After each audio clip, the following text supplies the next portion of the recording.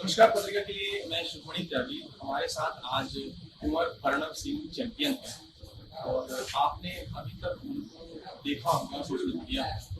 राजनीति जो उनका पृष्ठभूमि है उस पर हम बात करेंगे, लेकिन उससे पहले हम जानना चाहेंगे, जैसे अभी हमने आपका नाम बोला, कुंवर प्रणव सिंह चैंपियन, तो ये चैंपियन जो बाद में लगा पहले उसके बारे में बिल्कुल साहब। पहले तो आपको बहुत बहुत आभार त्यागी जी, आप सहारनपुर से आए हैं, आपका स्वागत है हमारे यहाँ। देखिए, मैं आर्म रेसलिंग में लगातार हेवीवेट चैंपियन रहा, 110 केजी वेट से ऊपर, और मैंने ओपन टाइटल चैलेंज भी जीता है कि चैंपियन ऑफ चैंपियंस 13 खिलाड़ियों को हरा कर राष्ट्रीय स्तर पर मैं नई टाइटल जीता। तो ये एज अ तखल्लुस, एज अ मेरा टाइटल लगता है चैंपियन। ये कोई खाली तखल्लुस की तरह से नहीं है, बल्कि एक जीता हुआ टाइटल, एक एपिथेट नहीं है, एक title. That is the basic difference. मुझसे सवाल आदरणीय राष्ट्रपति महोदय से लेकर के बहुत से लोगों ने पूछा कि चैंपियन क्यों लेते हैं। जैसे हमारे नेता थे समाज के स्वर्गीय श्री राजेश पायलट जी, वो एयरफोर्स में पायलट थे, तो पायलट लिखते थे। मैं चैंपियन आर्म रेसलिंग में रहा हूँ, हैमर थ्रो में भी रहा हूँ, शॉर्ट को डिस्कस थ्रो में भी, इसलिए मैं नाम के साथ चैंपियन लेता हूँ। जब एक खिलाड़ी राजनीति में आए तो क्या कुछ अलग होता है? बहुत कुछ अलग होता है सर। क्यों? क्योंकि खिलाड़ी रहता है स्पोर्ट्समैन स्पिरिट से, अपने जीवन का जो दर्शन, खिलाड़ी का उत्साह। आप जीत जाएं तो अति उत्साहित ना हो, हार जाएं तो हतो उत्साहित ना हो।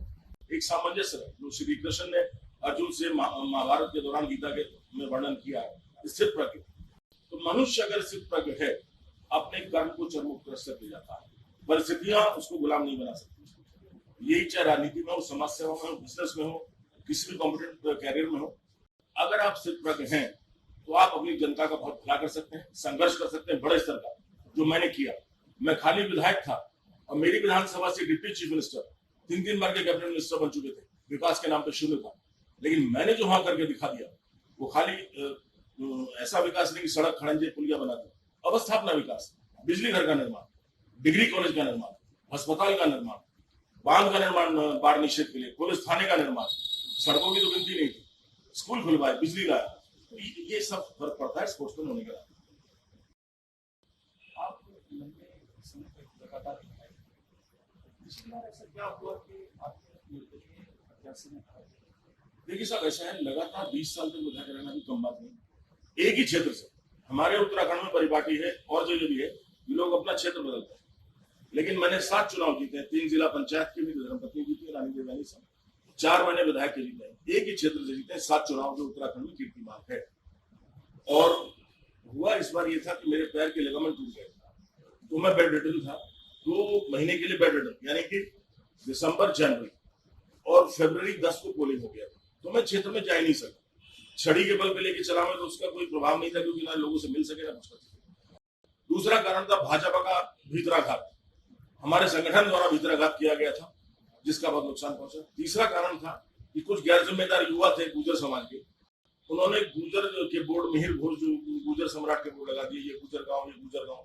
तो गुर्जर बिरादरी तो सिर्फ 10% है मेरी विधानसभा, 90% और बिरादरी। तो खानपुर में चुनाव एंटी गुर्जर हो गया। इन 3 कारणों से चुनाव का ऐसा हुआ। इसमें कोई बड़ी बात नहीं, 4000 वोट का डिफरेंस नहीं होता। अगर मेरा पैर ठीक होता तो मैं 2 दिन में 4000 वोट पूरी कर लेता, लेकिन कोई बात नहीं, ये शायद it is a blessing in disguise. और सहारनपुर के संसदीय चुनाव का दरवाजा शायद मेरा इसलिए खुला है। प्रश्न ये है कि सहारनपुर की जनता के लिए आपका क्या मैसेज है? आपको क्या लगता है कौन सा ऐसा विकास सहारनपुर में रह गया है जिसको आप सांसद बनकर पूरा करें? बहुत अच्छा सवाल है जी। देखिए साहब, सहारनपुर एक ऐतिहासिक शहर है। उसने मुगलों का समय देखा, अंग्रेजों का समय देखा, आजादी देखी, कांग्रेस देखी और अब मोदी को देखा। कांग्रेस, मैं बता रहा हूं आपसे कि कांग्रेस ने कुछ नहीं किया सहारनपुर के लिए। यहाँ पर कास्ट उद्योग से फेमस है, लकड़ी के उद्योग के यहाँ पे हैंडीक्राफ्ट वगैरह है, उससे फेमस हो जाता है। मेरी ये इच्छा है कि इंडस्ट्रियल रेवोल्यूशन यहाँ पे ला सकूं, एक औद्योगिक क्रांति ला सकूं, जिससे यहाँ की बेरोजगारी, अनएम्प्लॉयमेंट दूर हो, यहाँ के युवाओं को नौकरियां मिल सकें, factory.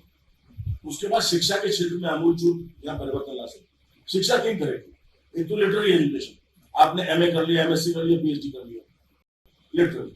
Second is the professional education या वोकेशनल एजुकेशन, रोजगार परक शिक्षा, जिसमें MBA, MBBS, आप इंजीनियरिंग वो करें।